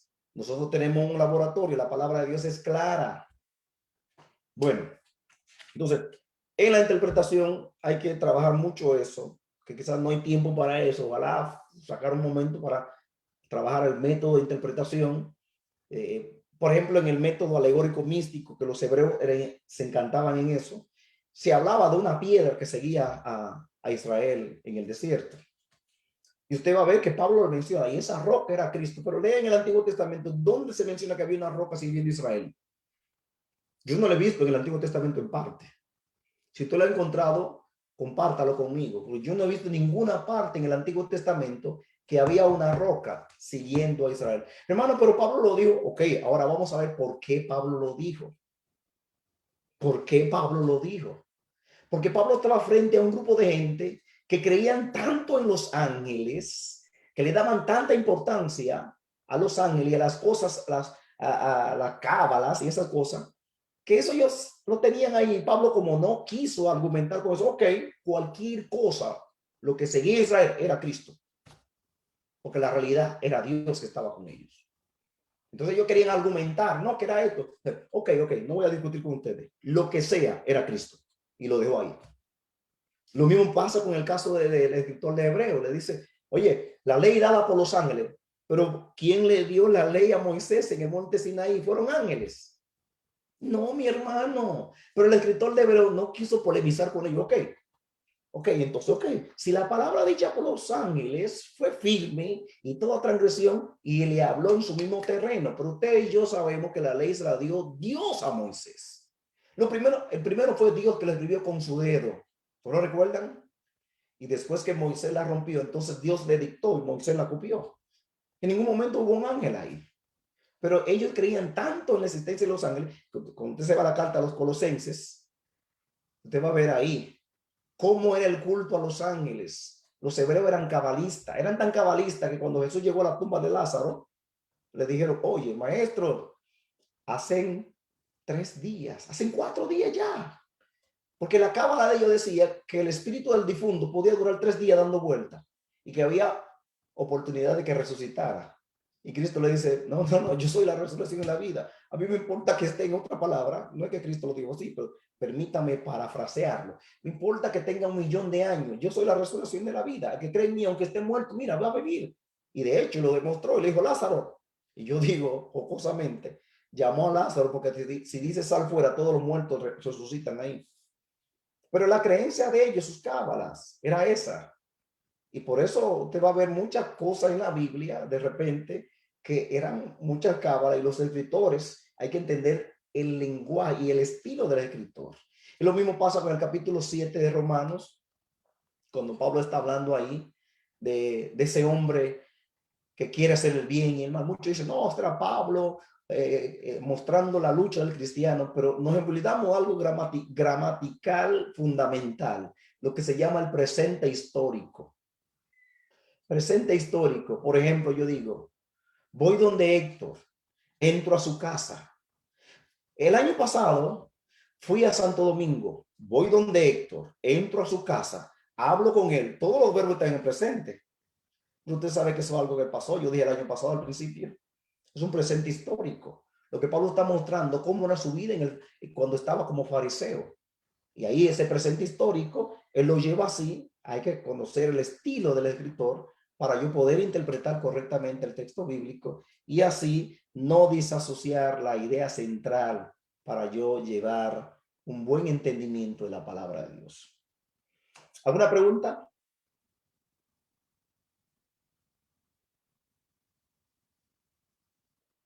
Ok. Comunicación. Si los métodos adecuados de interpretación se relacionan con la comprensión del texto por parte del autor y de la audiencia original, entonces la comunicación efectiva está relacionada con la conexión entre la comprensión de un texto por parte del predicador y de la audiencia presente. Por eso ahí entra lo que se llama la homilética. Es la forma correcta de presentar una predicación bíblica. Y en este caso, esa va a venir el orden, poner todas las cosas en orden, su introducción, su desarrollo, su conclusión y seguir una secuencia de pensamiento para que ese mensaje, esa idea central que va a ir en el tema, en el propósito, en la introducción, en el desarrollo y en la conclusión, esa palabrita, esa idea central que es una oración, sencillamente es una oración. Usted debe resumirla en una oración que se quede en la mente de la gente. ¿De qué habló el predicador la semana pasada? Por ejemplo, yo le pregunto a ustedes, ¿de qué yo estoy hablando esta noche? ¿De qué estamos hablando esta noche? De cómo predicar correctamente. Oh, pero mira, no me perdí, entonces gané. Porque si usted me dice, yo no sé, yo digo, ay, mamá, no me di a entender. En pocas palabras, tenemos qué tiempo hablando aquí. Óigame, 43 minutos. Si usted no me hubiera contestado eso, yo digo 43 minutos perdidos. Dije muchas cosas y no dije nada. Pero con el hermano contestarme así, me dio ánimo. Cómo predicar correctamente. Ya, con eso. ¿De qué habló el hermano? cómo se debe predicar correctamente. Entonces, ¿de qué predicó tu pastor el domingo? Ay, Dios. El hermano, ¿de qué predicó la semana pasada? O tú no estabas poniendo atención, o yo como predicador no fui claro. Porque tampoco le voy a echar la culpa al predicador solo. También hay mucha gente que tiene problemas de atención. Hay mucha gente que llega a la iglesia y lo que está jugando con el celular, chateando, whatsappeando, interactuando, porque hoy por hoy, hago un paréntesis, por ahí hablan de que el distanciamiento social. Y yo digo, ¿qué distanciamiento social? Si la gente sigue sociabilizando, eso se llama distanciamiento físico. Porque mira donde yo estoy, mira dónde están ustedes. Ustedes, 96 personas por Zoom, más lo que hay quizás que están bien por Facebook Live. ¿Cuántas personas? Estamos sociabilizando, o sea, no nos estamos limitando socialmente. Ahora, físicamente sí nos estamos limitando. ¿Cuántas cosas? A veces hay gente que tiene problemas de atención y no es que el predicador no enfocó bien el mensaje, sino que yo estaba detenido hablando con fulanito, mi amiguito me escribió, y yo siempre le digo a la gente, tú vas a la iglesia, por favor, si tú no eres doctor que está esperando una parturienta que te va a llamar o una emergencia, ¿por qué tener el celular ahí dentro de la iglesia? Y ya, bueno, ese es material de otra información, dejemos eso ahí. De manera que debo tener en mente que si a la gente le pregunta mañana de qué yo hablé, la gente pueda decir cuál es el tema que yo desarrollé. Y por eso esa predicación, el porqué de la predicación expositiva es informar a la mente. Y hay 3 propósitos. Informar a la mente. Tengo que definirle concepto. Como resultado de estar expuesto al sermón, nuestros oyentes deben conocer y entender algo de la verdad de Dios. Tienen que entender algo, la verdad de Dios. Normalmente este conocimiento está relacionado a la proposición central del sermón. Es la idea central. Si no conocen más de lo que Dios dice y esperan de ellos como resultado de nuestra predicación, entonces no somos necesarios. Oiga esto. Si ellos no conocen algo más de lo que Dios quiere, entonces ¿para qué yo prediqué esta noche? ¿Por qué me detuve a 20, 40 minutos, 50 minutos, 1 hora, 1:30, hasta 2 horas hablando ahí? Por lo regular, cuando se está hablando de una predicación expositiva, después que pasa de 45 minutos, ya la gente comienza a votar. Comienza a votar. Yo siempre le digo a la gente, una predicación expositiva de 35 o 45 minutos, como máximo 50, es súper saludable. Pero cuando ya pasamos de 1 hora, hermanos, a la gente está ahí por respeto. Y si el mensaje está bien enfocado, bien estructurado, y sobre todo, que no podemos perder de vista eso, la presencia del Espíritu Santo en nuestras vidas, que es lo principal, podemos soportar más tiempo. Claro, sí, sí se puede. Pero sencillamente hay gente que dice, no, porque yo traje esto y tengo que dar. Y a veces hasta forzamos a la gente y entendemos que hay ciertos compromisos. Entonces, informar a la mente, yo tengo que procurar que esa noche la gente aprenda algo en esa predicación. Si la gente se fue con lo mismo, mira, a veces reunimos, mira, el caso Héctor, y es el caso que me va a tocar, cuando yo fui presidente de la Unión de Jóvenes allá en la República Dominicana por más de 7 años. Terminé en el 2007. Entonces, en el 2008 vine para acá. Nosotros movíamos a los jóvenes de diferentes puntos del país. Íbamos al Cibao Central, casi siempre íbamos a Navarrete. Cuando íbamos a la zona lejana ya de Villa, allá por Punta Rusia, La Jaiba, allá ¿cómo se llama? El Papayo. Íbamos a la zona allá donde está Mirelis, a Dajabón.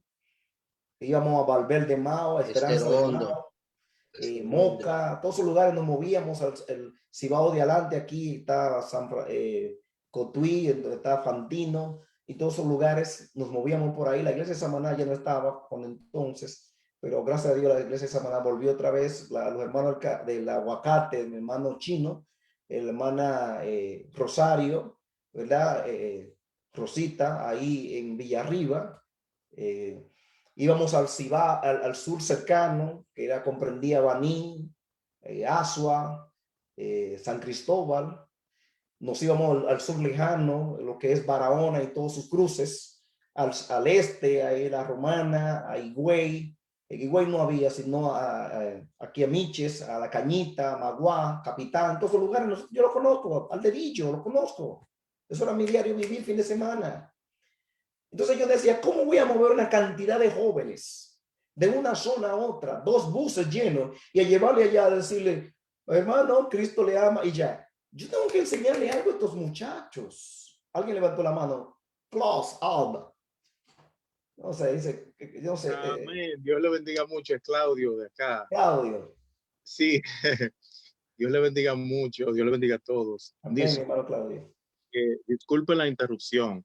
Adelante, mi hermano, no hay problema. Una pregunta. Conforme a las parábolas, usted dijo que las parábolas es como una comparación, ¿no? Sí. Y también conforme cuando se trata al estilo de escribir, yo siempre, no es como una interrogante, pero he querido siempre una explicación de alguien que tenga el conocimiento suficiente como usted, gracias a Dios.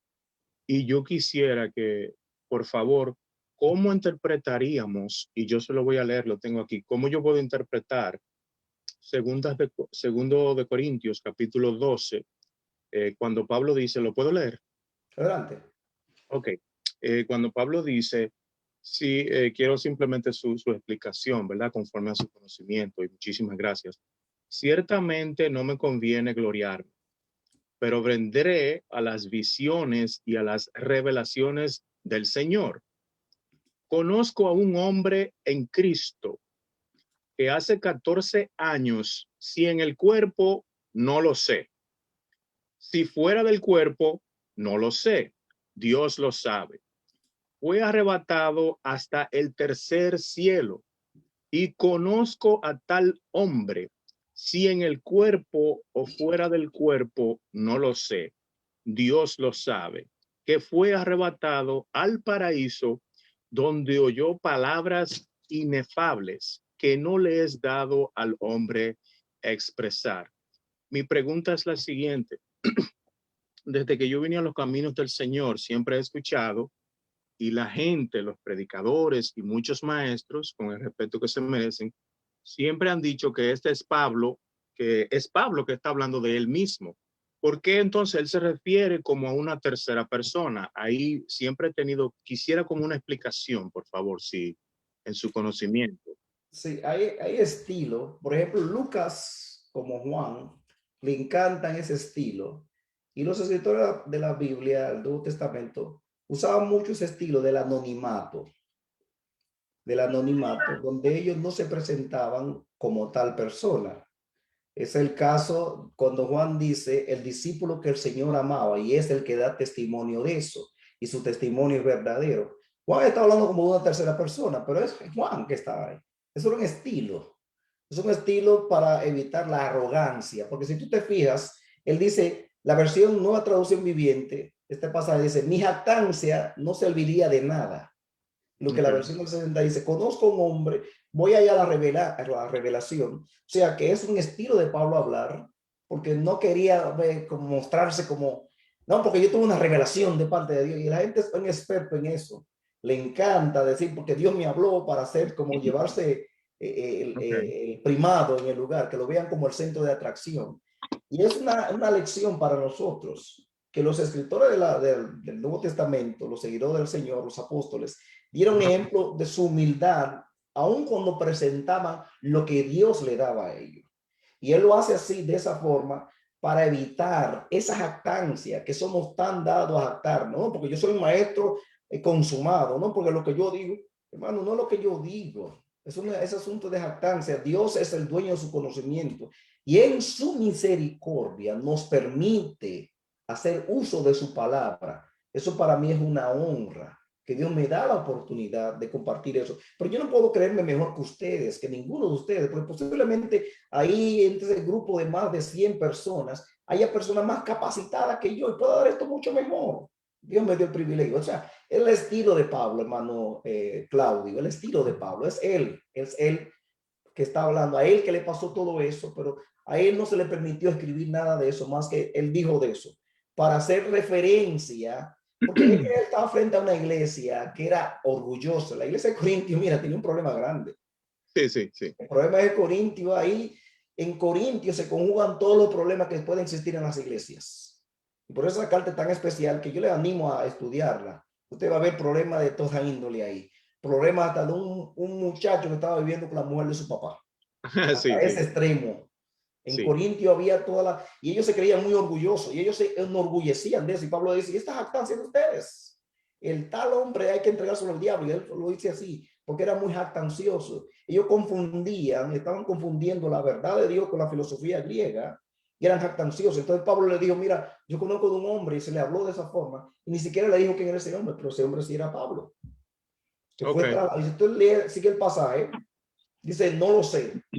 Sí. O sea, que no, yo no sé si fue una visión que tuvo, yo no sé si el Señor me llevó en físico. Lo cierto es, lo importante no es si fue físico o no, lo importante es lo que Dios me dijo.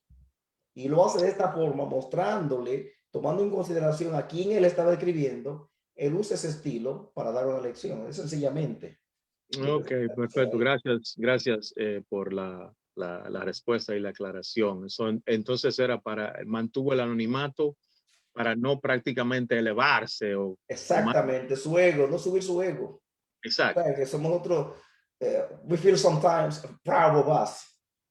Yeah. No. Very That's egotistic. why Pablo, okay, no. Vamos a mantener la humildad. You have to be humble.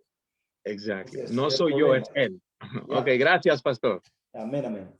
Entonces, ahí tenemos infundir a la mente, influir el corazón, y ahí instruir el corazón.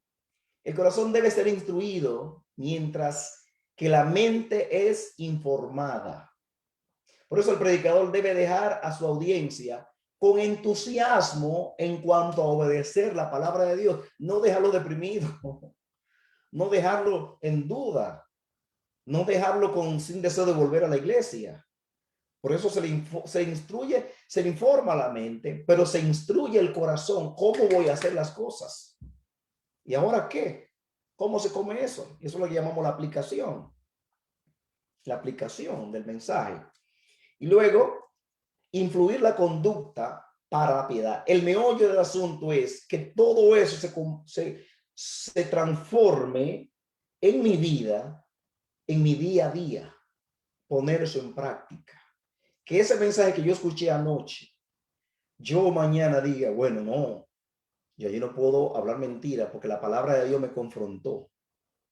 Y ya yo debo, eso que yo hacía, ya yo entiendo por la palabra de Dios que no es correcto. El mensaje me llegó. Debe haberse cambio, hermanos. Pero ¿de qué le vale un mensaje que emocionado y al otro día siga haciendo lo mismo? No, tiene que influir a la conducta para una vida de piedad. Ese es el meollo del asunto.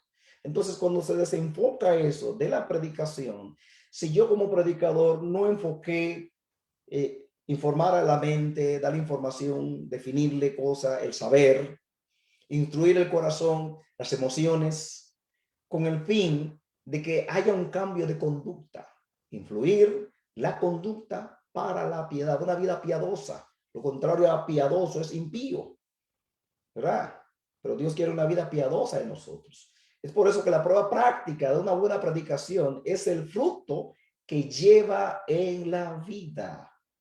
La Biblia fue entregada para producir cambio en la conducta. Segunda de Timoteo 3:16 al 17.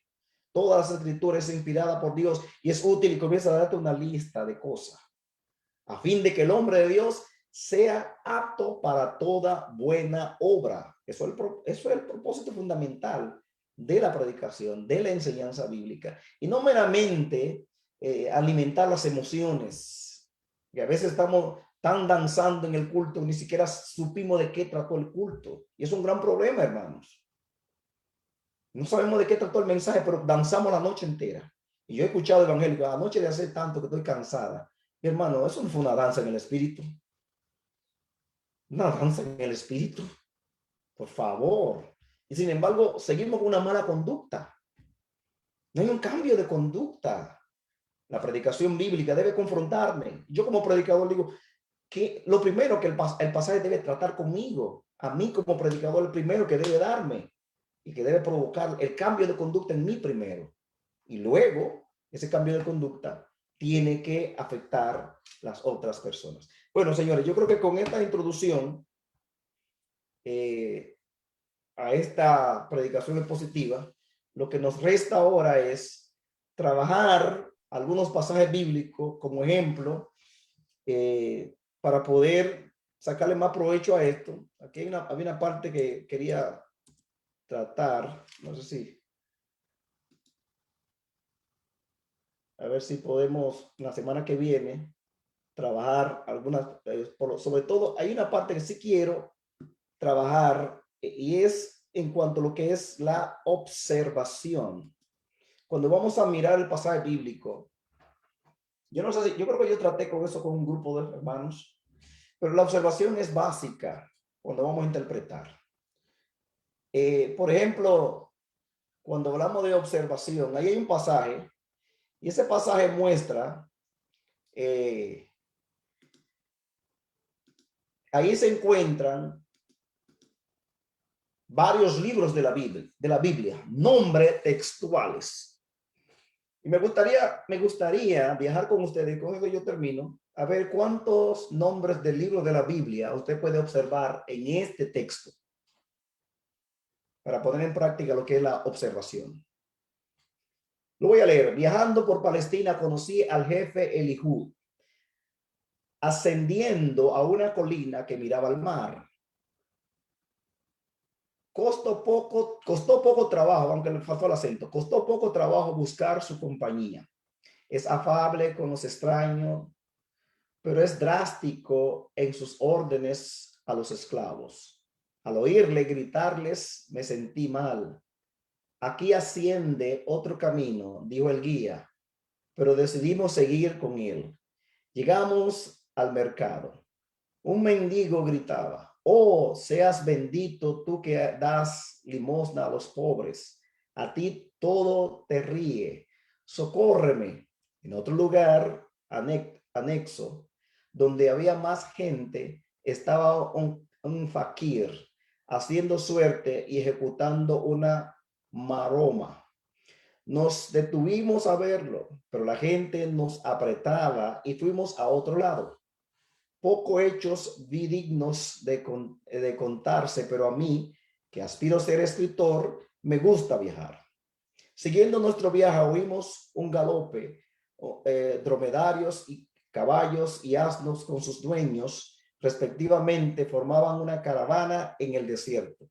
Los cantantes de los viajeros nos hacían sentir alegres. Los cantares de los viajeros nos hacían sentir alegres.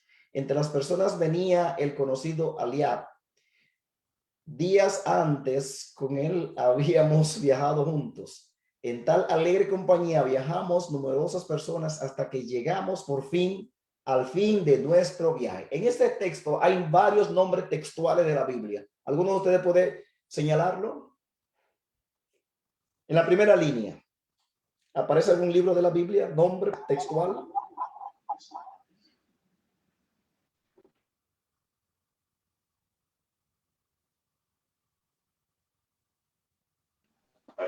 O un nombre de un libro, bueno, Palestina, ¿está en la Biblia? No, el nombre del libro de la Biblia. Ah, nombre del libro. Correcto. Perdón, Rubén, pero no directamente el nombre, pero su está el nombre directamente. ¿Eh? Está el nombre directamente.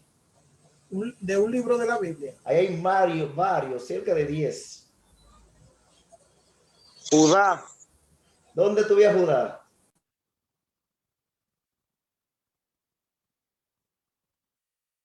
¿O Judas?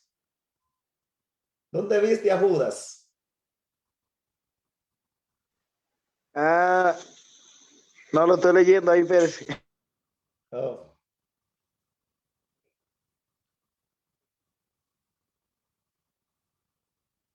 Ah, ok.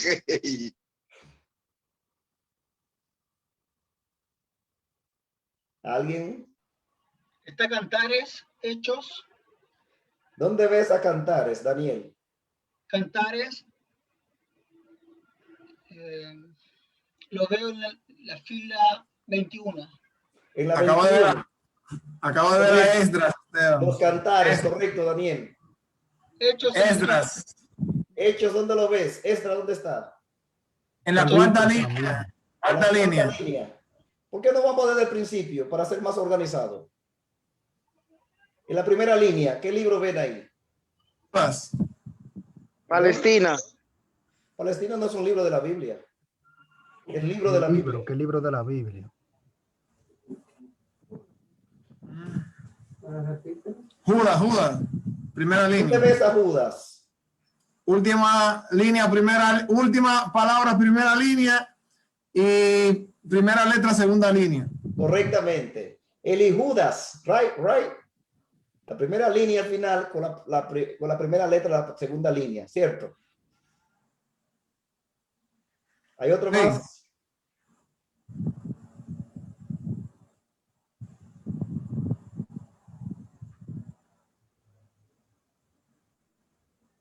Esdras está en la cuarta línea. Vamos en orden. Marcos. Marcos, ¿dónde está Marcos? La última palabra, segunda línea. Palabra de la segunda línea y la primera palabra de la tercera línea. Correcto, Marcos. Correcto. En la misma tercera línea, ¿hay otro?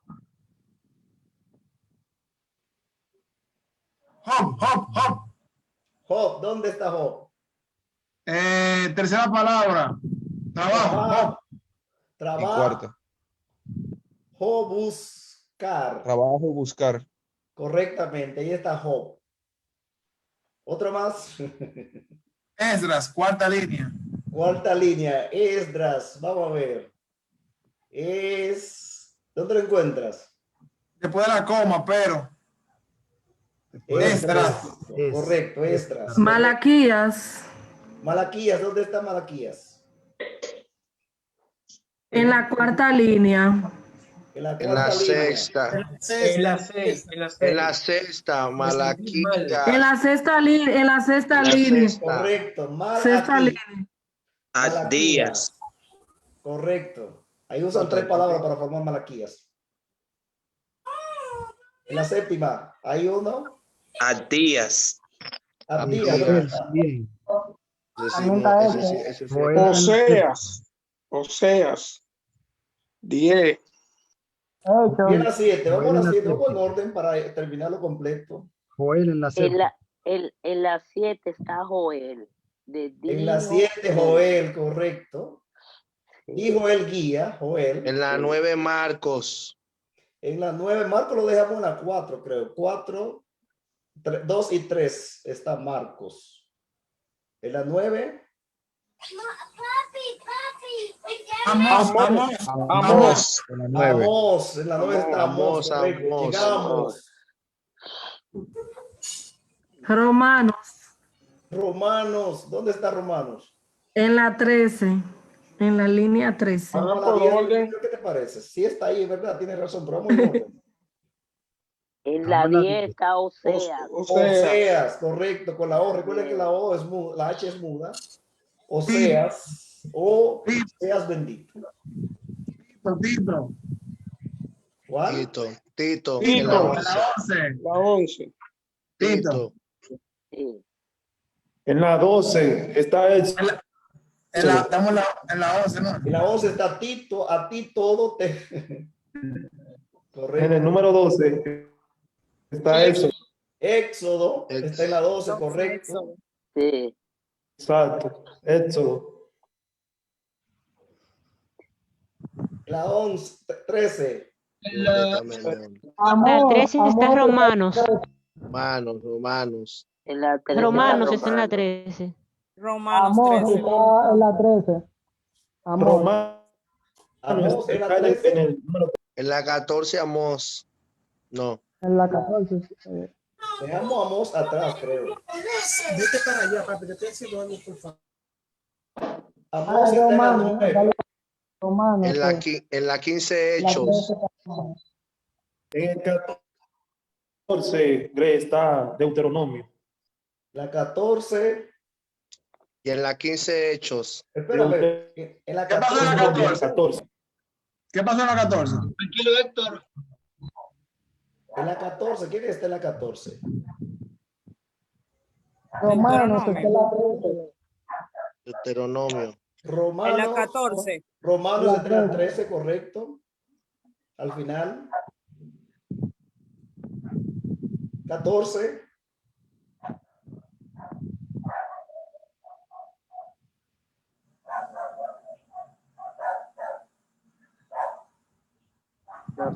La 14, espérate. 14. Deuteronomio. ¿Cómo? ¿Dónde lo formas? De En el principio. de Deuteronomio. Tienen que ser letras, tienen que ser palabras juntas. No pueden saltarme otra. Ah, ok, ya. Haciendo trampa. Haciendo trampa.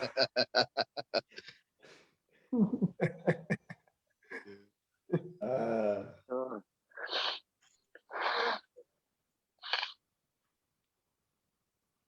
Amós. ¿Qué hay? Amós. Amós está en la 9. No, en la 14 no estamos. No, En en la 14 no hay nada. Parece que no hay. Todos los distractor. No hay. Sí. La 15. Hechos. Hechos, está clarito ahí. Sí. 16. Miqueas. Miqueas, correcto. Sí. 17.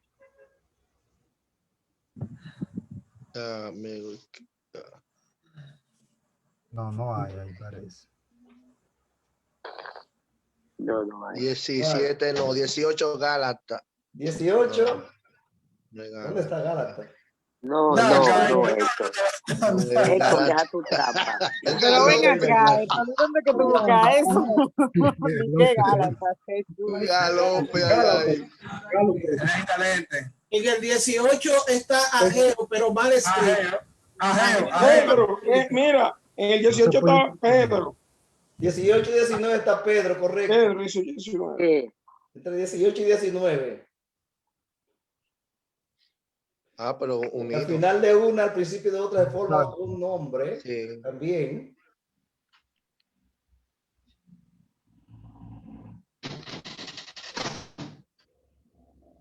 ¿Algo más? La 20. ¿Qué hay en la 20?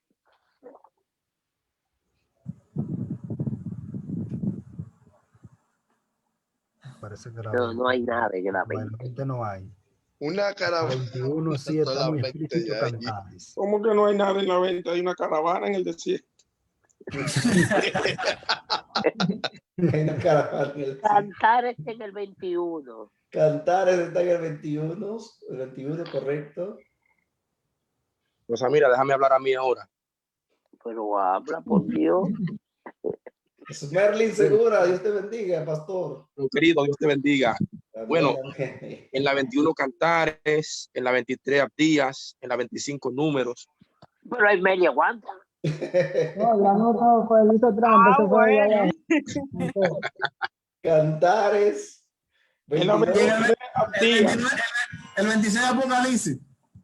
Abdías el 23. Sí, Abdías en la 23. Abdías el 23. 26 Apocalipsis.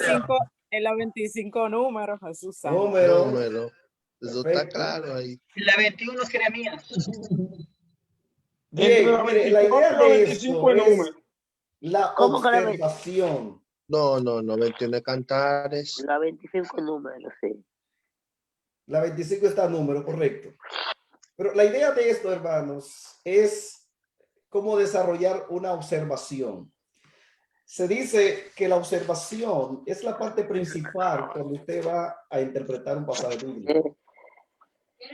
Cuando no observo correctamente, de ninguna manera podré llegar a una conclusión sensata. Por eso es de vital importancia observar. Hay preguntas de observación, no la tengo aquí en la pantalla, pero para la próxima semana yo se la voy a escribir para aquellos que la quieren tomar. Las llamadas 6 preguntas de observación, que todo pasaje bíblico, cuando usted lo va a estudiar, debe hacerle esas 6 preguntas y darle respuesta a esas 6 preguntas. Las llamadas preguntas de observación son vital para poder interpretar un pasaje bíblico. Voy a utilizar solamente esa técnica la semana que viene para luego comenzar a armar, tomar algunos pasajes también y que ustedes comiencen a practicar para comenzar a trabajar lo que se llama la idea central, pero no sin antes sí definirla y darle la pauta de cómo yo encuentro la idea central en un pasaje. Bueno, se la voy a dar rapidito. La idea central responde a 2 preguntas. ¿De qué está hablando el autor y qué dice de lo que está hablando? Y cuando usted descubre esas 2 cosas y la une en una oración simple, o puede ser compuesta, recuerde que una oración simple es aquella que tiene un solo verbo. Una compuesta puede tener 2 verbos, 2 acciones. Entonces, cuando usted puede lograr hacer lo regular en una oración simple, en una oración simple de qué el autor está hablando y qué él dice lo que está hablando, eso es sujeto y predicado, con esa idea en mente, y usted lee un pasaje, usted va a sacar la idea central de ese pasaje. Tomando en consideración que, recuerden, un pasaje bíblico no meramente es un versículo.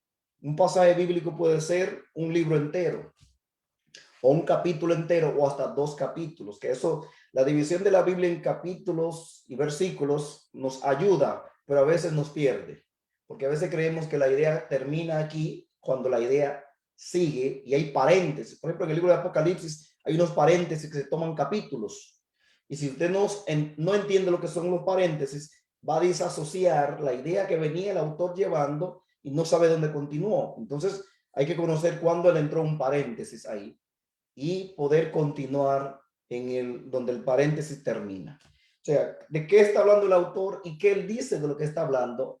Cuando yo encuentro eso, encontré la idea central del pasaje. Mis amados, que el Señor les bendiga. La semana que viene yo les voy a dar esa pauta. Y hay este libro que se llama La Predicación Bíblica, muy bueno, se lo recomiendo a todos. Se lo recomiendo sobremanera. Ese libro es uno de los mejores libros por Harold Robinson, La Predicación Bíblica. Se lo voy a mandar al hermano Héctor para que así lo comparta con ustedes. Excelente libro. La mayoría de expositores hacen referencia a ese libro. Por ejemplo, el otro que tenía anteriormente, donde busqué la definición, que también se lo puedo enviar, que es de... Esteban. ¿Sí? Si me lo hacen llegar, yo preparo un link para que él lo difunda, así es más fácil. Correcto, se lo envío entonces. Déjame ver el otro libro que estábamos viendo acá. Este libro, que también es muy bueno también. Que incluso este escritor hace referencia al anterior, que este es La Predicación Expositiva por Ramesh Richard, en 7 pasos. Muy bueno, lo recomiendo los 2 al momento de utilizarlo. Hay otros libros más de la predicación expositiva, pero para mí son lo más práctico. Son profundos, pero son sencillos para trabajar, porque hay otros que ponen mucha información, entonces no dan como pautas para uno hacer la cosa. Estos 2 escritores, muy buenos por cierto, ellos te dan las pautas y te llevan desde cero hasta hacer el mensaje completo. Se lo voy a compartir al hermano para que luego lo puedan poner el link y así todos lo puedan bajar. Y si lo leen, entonces podemos hacer el curso en menos tiempo de lo que usted puede imaginarse. Que el Señor les bendiga, mis amados. Gracias una vez más a la Unión de Jóvenes y a mi hermano Héctor por permitirme compartir con ustedes en este momento. Y lo dejo con todos ustedes a mi hermano Héctor Agüero. Gloria a Dios. Dios le bendiga, mis amados. Gloria a Dios, que Dios bendiga de manera especial al pastor y expositor Rubén Green. Señor le bendiga más.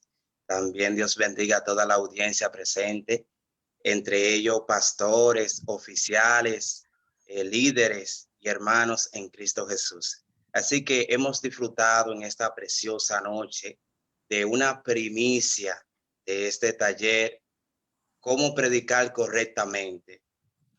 Pastor Rubén, de verdad que no tenemos palabra para describir lo sustancioso que ha sido este precioso taller que comienza hoy. Gloria al Señor.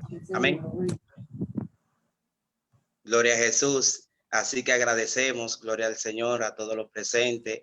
Y ya vamos a estar, pues, para despedir. Pero antes, pues, quiero, gloria al Señor, pues, darle ese precioso abrazo a Rubén Green. Gloria al Señor, ya que al verlo, pues, me trae los recuerdos. Rubén, pastor, cuando vine al Evangelio en el 2005, usted estaba de líder de jóvenes. Gloria a Dios. Y todas estas experiencias son inolvidables. Créame lo que son inolvidables. Lo llevamos acá. Amén. Amén. Gloria al Señor. Alabado sea Dios. Y algo, mire, que de verdad, mire, no lo puedo olvidar. No lo puedo olvidar. Así que agradecemos al Dios Todopoderoso que lo usó para ese tiempo de manera muy especial y tremenda. Así que Dios me le bendiga a todos mis amados. Creo que para el próximo lunes hay que entrar temprano a la plataforma para que no nos quedemos afuera. Porque como está esto, yo voy a regar la voz para que mis hermanos vengan, los que no estaban, que vengan. Bueno, el que se quiere conectar a Facebook, pues que se conecte, pero yo quiero estar en esta plataforma. Amén. Gloria al Señor. Así que Dios le bendiga a todos. Ya vamos a hacer el despedido. Saludo para el oficial Smelling Segura. Dios le bendiga mucho. Pastor, gracias por estar con nosotros y cada pastor. Así que levante su mano al cielo para ser despedido. Amén. Gloria al Señor. Padre, te adoramos, te bendecimos, Dios, y te damos gracias en esta preciosa hora, Dios, porque tú has sido tan bueno, Señor, para con cada uno de nosotros. Gracias, Dios, por esta palabra, Dios, que nos alientan, que nos enseñan, Dios, a difundir tus palabras, Señor, correctamente. Así bendecimos a cada uno, Dios mío, de lo presente, Señor. En el nombre de Jesús, Padre, nos vamos a despedir nunca de tu presencia, sino de este lugar, bajo la bendición del Padre, del Hijo y del Espíritu Santo. Amén. Así que, mis amados, Dios les bendiga. Gloria a Dios. Se pueden saludar, pueden prender su micrófono y saludarse si así lo quieren. Dios le bendiga, hermano Rubén. Dios le bendiga a todos. Dios bendiga a todos. Dios bendiga a Esteban Grillo.